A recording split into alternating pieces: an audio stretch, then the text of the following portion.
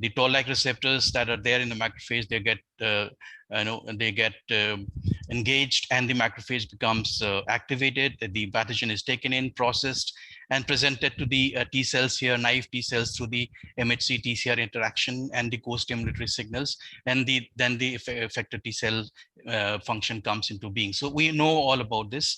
So because I'm talking about all these so that we make the whole concept understandable. So when we talk of the inborn errors of immunity, most of us will think that they're uncommon, but and very rare. But let me put it through across that they may be uncommon, but they're not rare disorders, and we need to know about them. And the prevalence can be as high as 1 in 1,200. So it is not a rare thing, because it's 4 times more common than hemophilia. Everybody knows about hemophilia, but we don't talk of the IEIs. Whereas IEIs, when we take the IEIs as a whole, as a group, it's more common than hemophilia. It's more common than cystic fibrosis. It's more common than childhood leukemia, lymphoma combined. It's more common than multiple sclerosis. So, and it's very important to know that these are not rare disorders. Okay, and another concept is that when we talk of these disorders, we think of the pediatric population only, but it's not that. The IEIs are also as common in the adult population as well. Okay, and infections are not the only problems in these patients, because when you talk of primary immunodeficiency, you will think we are talking of infections, but no, we are also talking of autoimmunity in these disorders. So the age at present, there's certain things which we need to see when you talk of IES: the age at presentation, the type of organism, and the family history. These are all important. Age of presentation, most of these IEIs are severe disorders. So majority of the patients you'll encounter in the pediatric population. So 40% are diagnosed within the first year, and another 40% within 5 years. So in adults, we see only those disorders which are milder disorders. So they allow the patient to go on and they present later in age. So, but most of these disorders, which are severe kind of disorders, they will present early. For example, the severe combined immunodeficiency, they will present within the first year of life. Or the BTK deficiency that Dr. Amit talked about, they will present after the first year, within the very early years of life. And the type of organism is also very important.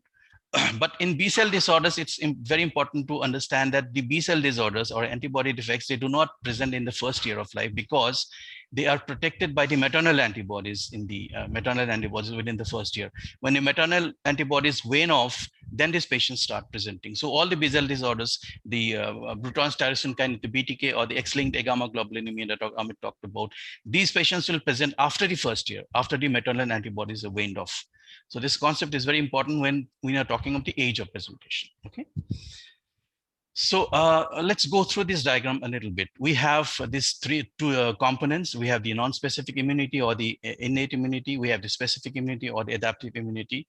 And we have this crosstalk between these components. For example, the antigen presenting cell, the macrophage, stimulates the T cell or presents the antigen to the T cells, and the T cells get activated, and T cells then produce interferon gamma and then activate the APCs also. There's a crosstalk, and also the T cells help the B cells to produce antibodies. So there's a lot of crosstalk that's happening in these components of the immune system. And these components of the immune system, they are when you talk of handling organisms, they handle specific organisms. For example, the macrophages, they are very important for handling the catalyst positive bacteria and the fungi. The T cells are more vital cells, so that they handle all viruses, fungi, and bacteria, because they are central to the whole immune system and this thing. And the B cells, by producing antibodies, are very important handling pyogenic bacteria.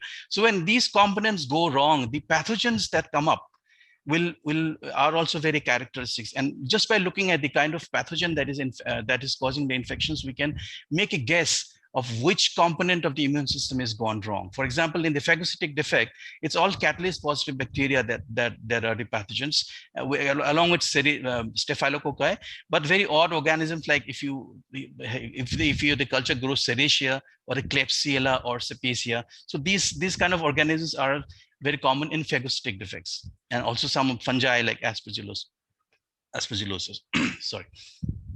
So by looking at the pathogen, he can make a guess of which component of the immune system is not working. In the, for example, in the complement cascade pathway, the organisms that are involved are the pyogenic bacteria, specifically Neisseria.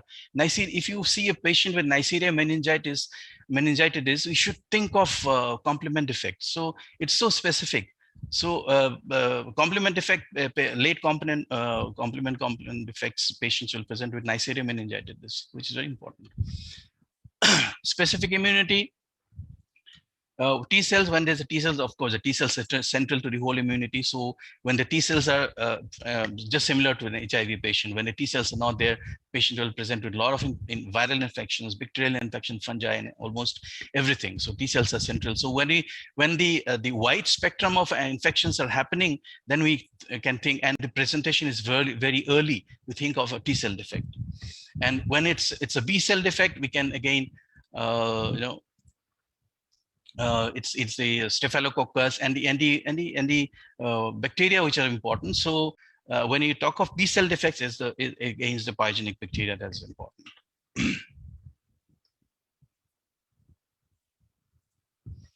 Okay, let's go to this diagram now. I've talked about the TLRs and the ligands that they recognize, which are there in the pathogens. So we have all these PAMs and the DAMs, which are there in the pathogen, which are recognized by the macrophage through the TLRs, and the macrophage get activated and process the antigen that we all know. And we have the neutrophils also. And this is a TLR. So there things can go wrong at many stages. For example, if there's a mutation in the TLR, if the TLR is not fine, or if there's a mutation in the MYD88. So these patients will have a lot of infections there. So they're different. For example, the second component in the phagocytic system is the NADPH oxidase system that Dr. Amit has already spoken about. The NADPH oxidase system has the membrane components, which is GP91 and P22, and the cytoplasmic components 46, 7, and 47. So all these components has to come together when the neutrophil gets activated, and then this forms the active NADPH oxidase. So then that when this comes together, there's production of hydrogen peroxide. That is what we see in the DHR assay that Dr. Amit had shown you, because when there's production of hydrogen peroxide, and that will oxidize the dye to the fluorescent dye. So by looking at the DHR assay, we are actually looking at the production of reactive oxygen species here, which is done which is possible because of the NADPH oxidase system here. Okay.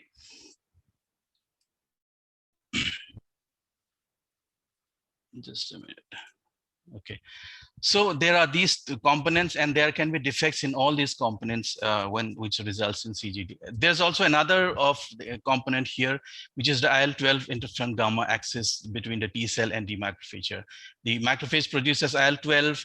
It helps the T cells in turn produce interferon gamma and helps the macrophages. So this is a loop here. So there are, if there's a defect in this pathway, which is called the interferon gamma, IL-12 interferon gamma axis, there can be defects. So let's see, and the complement I already talking about. So these stars, these stars are not just stars; these are patients actually. So the defects can be there in all these components. They can be defect in the TLR, they can be defect in the integrin beta 2, they can be defects in the interferon gamma receptor 1, receptor 2, or the IL-12, everywhere. In this whole axis, there can be defects in the IL-12 receptor beta 1. So this axis goes for 6. If there is a defect in the TLRs or the MYD88, then there's a TLR defect. If there's a defect in any of the components of the NADPH oxidase system, whether it's the P91, GP91 is the X-linked form of the disease, rest are autosomal recessive.